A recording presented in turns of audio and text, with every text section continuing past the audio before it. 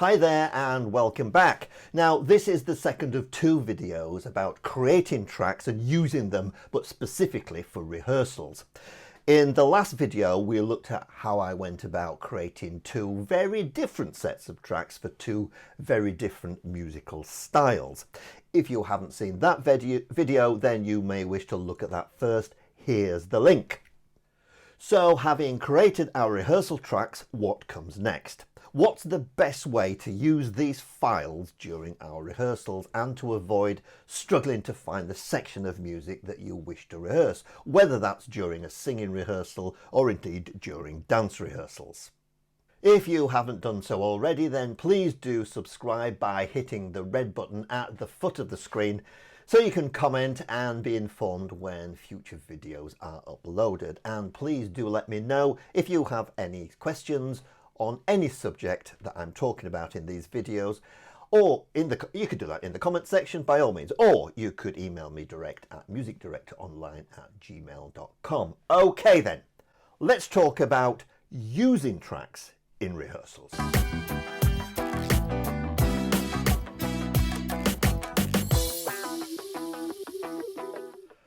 What could be called the industry standard for playing music, sound effects and controlling all manner of MIDI and lighting and projection setups in theatres today is QLab. If you are using multiple tracks in rehearsals or indeed for performance, then this is the software that I would recommend. Now, I don't profess to be an expert in the use of QLab, and there are quite a few YouTube videos online to help you learn more about how this software works. But I do know about using audio in the software. So search for QLab videos on YouTube if you want to know any more about what I'm likely to cover in this video. Oh, and the added benefit, it's free. Yes, I can hear you all shouting at the screen now that QLab is only available to Mac users. Well, that is true, but for PC users there is similar software available that I'm sure can be used in exactly the same way that I'm about to demonstrate here. So let's make a start by firstly loading the tracks into the software. Okay, so you can see I've opened a blank workspace for QLab, and for those of you that are new to QLab, let me show you a few of the basics. First of all, there's two ways in which to add an audio cue, as they call them. The first way is to go to this little speaker icon here, click on that, and there's our first cue. Highlighted in blue, cue number 1, but it doesn't know which track to play. So we'll go to this little icon here under target and we will hit target, and it will then go to your hard drive and it says, when I play this, where is the file stored on your computer? And these are a set of piano only recordings that I did for a production of Calendar Girls some while ago. So that's the cue that I want to play, and we'll hit open and there it appears. So the name of it will be whatever name you've given that particular file, and just by hitting the space bar it will start to play. There we go. Okay, it's got a sound effect of some bird song at the beginning before the track actually starts. We'll stop that. And then we would go to the next one and we'd hit file number number 2, and we would pick the second one. There it is, open, and it would appear. Hit the space bar and the next track starts to play. Just a basic piano track, like I said. We could go through lots and lots of files doing it that way. Let me just let's delete that one and that one, because there's another way to load them all. You could actually go to wherever you've stored all your files. Let's take them all in this case, what we've got. Select them all and just drag them across. And there we have virtually the entire production. Now, I want to explain something fundamental about QLab. It's not like playing any other MP3 or music player in as far as it will overlap sound. So you start a track and it will play to the end of that track unless you stop it. If you start another track, it will play that track on top of it. Let me just demonstrate that. So we could start playing that particular track, and then it would automatically jump to the next cue. If I start the next cue, it's going to start playing over it, and then the next one over that. So there's a new girl in the room. Whoa. So what we need to be very careful of, we need to be aware that playing tracks, it will play to the end and it'll stop and it'll wait for you to give another instruction. So that's the way to load tracks. The fact that your tracks are on the hard drive, you'll see at the bottom here, there's the target path. So desktop, documents, music, calendar girl, rehearsal tracks. If you move these files at any stage, you'll find that QLab won't be able to find them. So if you've got your laptop, put the files on the laptop and then you marry where it is with this particular cue in QLab, if that makes sense. You'll also notice if you look here that I have a very specific way of naming files, particularly in QLab, so that I or anyone else using it knows exactly where they are. There are times, of course, when using tracks within one particular number where you have to stop and you wait for dialogue or whatever it may be to catch up, and then you move on to the next part of the same musical number, but it might be somewhere different. And what I always do, you can see there are 3 here from music number 6, which is called in this instance very slightly Almost. The B I have is for bar number 1, or you might want to put M as a measure number 1. So this particular musical number is in 3 parts. So the second part is 06 because it's music number 6, bar 123. So you know exactly where that is going to start in the musical score. That all seems relatively straightforward, but rehearsals, whether singing or dancing or both, are packed with repetition. And this repetition isn't always from the beginning of the number or the beginning of the recording. So how do we manage that? All our music is divided into sections in some way. I don't just mean the singing section or the verse or the chorus or the dance section. When we're teaching, we break the music down into sections or phrases or even per bar or measure. Take a look at this score. This is a score of Legally Blonde, a piano vocal score. And whether you know it or not, it's irrelevant. We start with the overture. I know that music number 0, quite unusual, of the overture segues directly into music number 1 called Oh My God. And we've got a couple of bars of drums here, and then we've got an 8-bar guitar phrase before the first soloist starts to sing. She sings for a few bars, then we get the second soloist singing. And the third soloist, then all 3 sing together before all the girls start to sing at bar 32.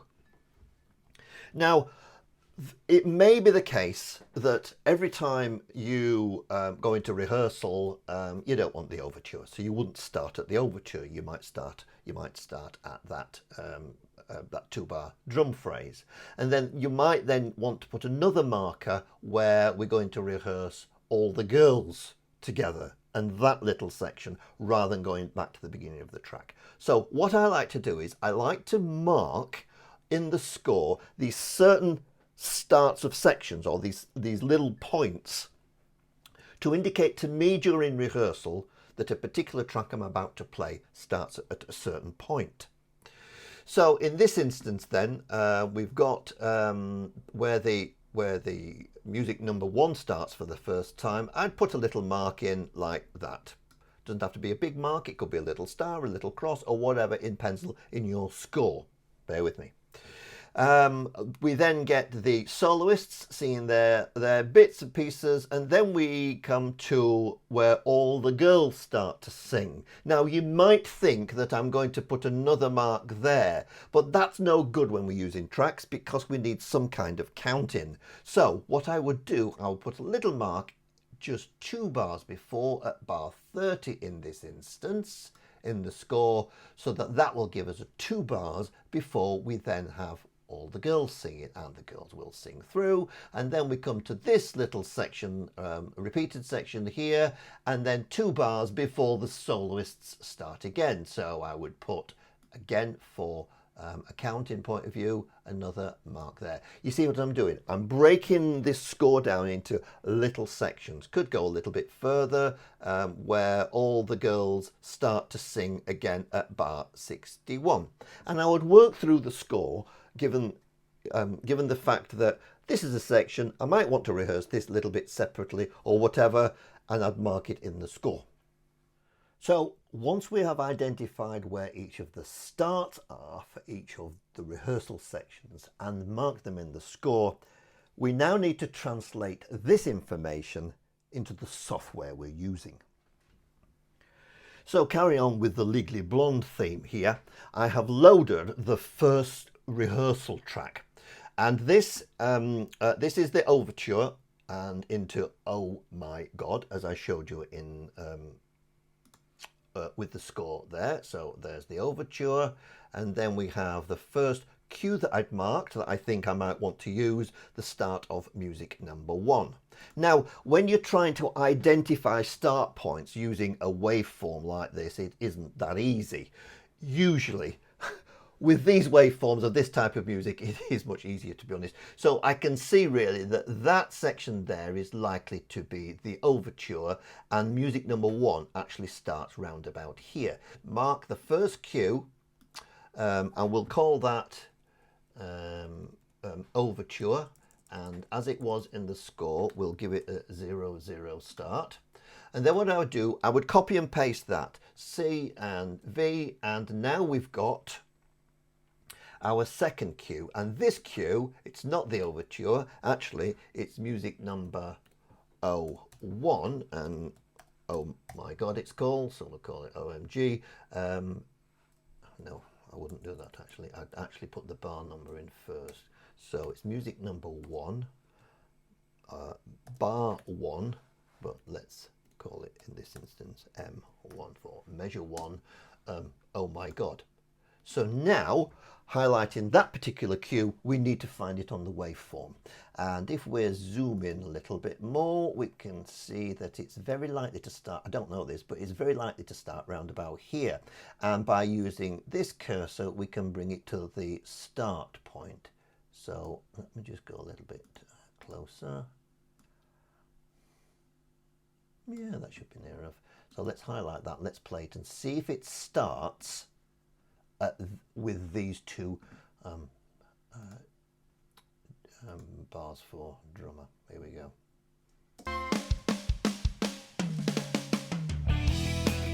It kind of started there, but I heard something before it. Listen. Yeah. Now, that might not be an issue, but at certain times in any production, when you press the cue to start, it does need to start straight away. So let's make this much more accurate. There you can just see the first beat of that drum, which is about there. We can go in even closer if need be. Where is it? There. So now when we hit that, look, we are wanting to start at this point here, and so by hitting my space bar now, yeah, that's near enough. And that would play along. Okay, we go back to our score.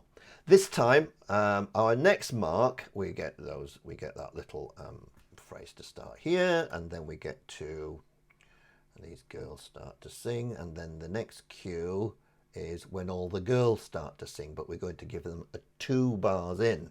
And we're going to start the next cue at bar 30. So we've got to find bar 30. First thing I do is, again, copy and paste, Mark it as, oh my God, measure, or M in this case, 30. Now from the wave form, I've got to try and find it. I think it's about there. I'm not 100% sure, so I've not rehearsed this. Let me see if I can identify it by listening.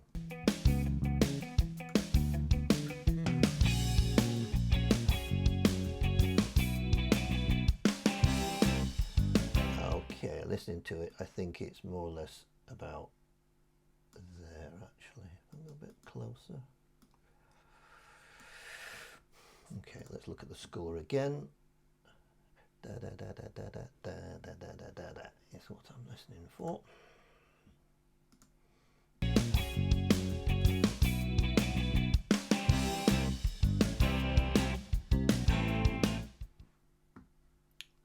Get the idea? Let's do one more. Let's just go back to our score to check. The next one would be this 2-bar phrase at bar 48B. Copy, paste. This is measure 48B. And then we're going to find it. I would suggest, looking at the waveform, it's likely to be somewhere around about here. Let's try.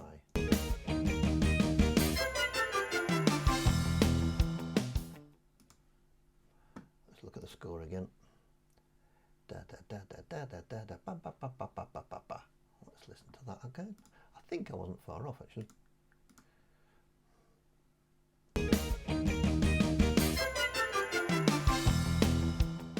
Then we go into the next cue. So you can see, the opening number may be made up of 10, 12, 14, 16 starts of sections, but you're not filling up your hard drive by duplicating the file.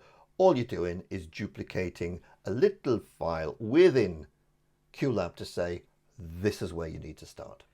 Okay, so you can spend as much or as little time as you wish to create these tracks. You can make them as basic as the Calendar Girls tracks I showed in the previous video, or you can make them more complex with a much more substantial rhythmic feel. However you decide to create these tracks, they are not going to change throughout rehearsals.